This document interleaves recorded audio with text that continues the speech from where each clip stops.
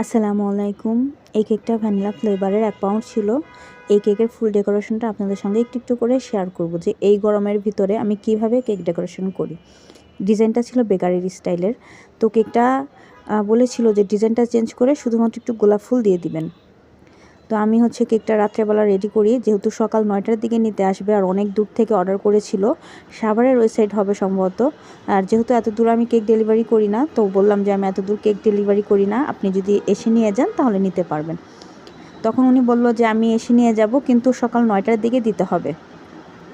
আর তখন বাজে রাত 4টার সময়, কারণ অনেকগুলো কেক বানিয়েছিলাম। ওইগুলো কেক বানিয়ে তারপর ডেকোরেশনের কাজটা শুরু করি। যেহেতু কারেন্ট ছিল না, কারেন্ট কিন্তু 1 ঘন্টা পরই যাওয়া আসা করতেছে, কমপক্ষে 1 ঘন্টার কম কারেন্ট দিচ্ছে, কিন্তু নিয়ে যাচ্ছে 1 ঘন্টার বেশি। এই গরমের ভিতরে আমার কেকের কাজ করতে গেলে বলতে গেলে অনেকই কষ্ট হয়, যেহেতু একটু গাঢ় কালার ক্রিম হলে সবচেয়ে বেশি কষ্ট হয়। তো আমি ডিপ ফ্রিজে রেখে দিয়েছিলাম 10 মিনিটের জন্য কেকটাকে। তারপর নামিয়ে ক্রিম দিয়ে কভার করে নেই। আর সিম্পল ডিজাইনই ছিল। তারপর বলল যে একটু গোলাপ ফুল দিয়ে দিন তাহলেই হবে। তো কাস্টমার যেভাবে বলবে সেভাবেই দিয়ে দেওয়ার চেষ্টা করব। অনেক আপুই বলেন যে আপু কিভাবে কাজ করেন, তো ভাবলাম একটু কষ্ট করে একটা ভিডিও করে আপনাদের সঙ্গে শেয়ার করি।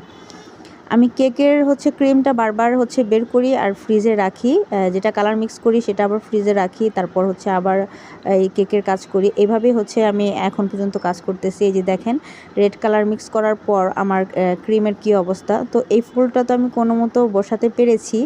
দ্বিতীয় ফুলটা বসাতে যাওয়ার কোনো চান্সই ছিল না, কারণ একদমই গলে গিয়েছিল।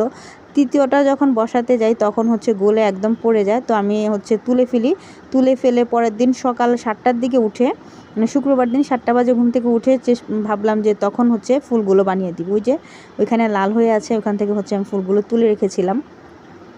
তো ফার্স্টে আমি হলুদ কালারের ফুলগুলো তৈরি করে নেই, তারপর আবার রেড কালারের, এই যে লাল কালারের, আমার মানে বলতে গেলে একদমই ভয়ে ভয়ে কাজ করেছিলাম।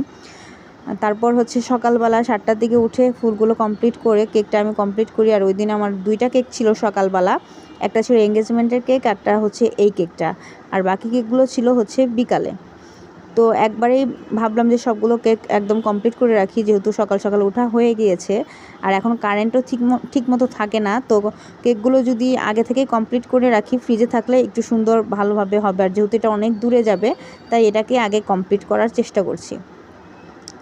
এই পরিমাণে গরমে আমার ফুল বানাতে কোনো সমস্যা নাই, কিন্তু ক্রিম যখন আমার হাতের তাপ লাগে, যেহেতু আমার হাত ঘামে, প্রচুর পরিমাণের আমার হাত ঘামে, এই কারণে ক্রিমগুলো আরও বেশি গলে যায়।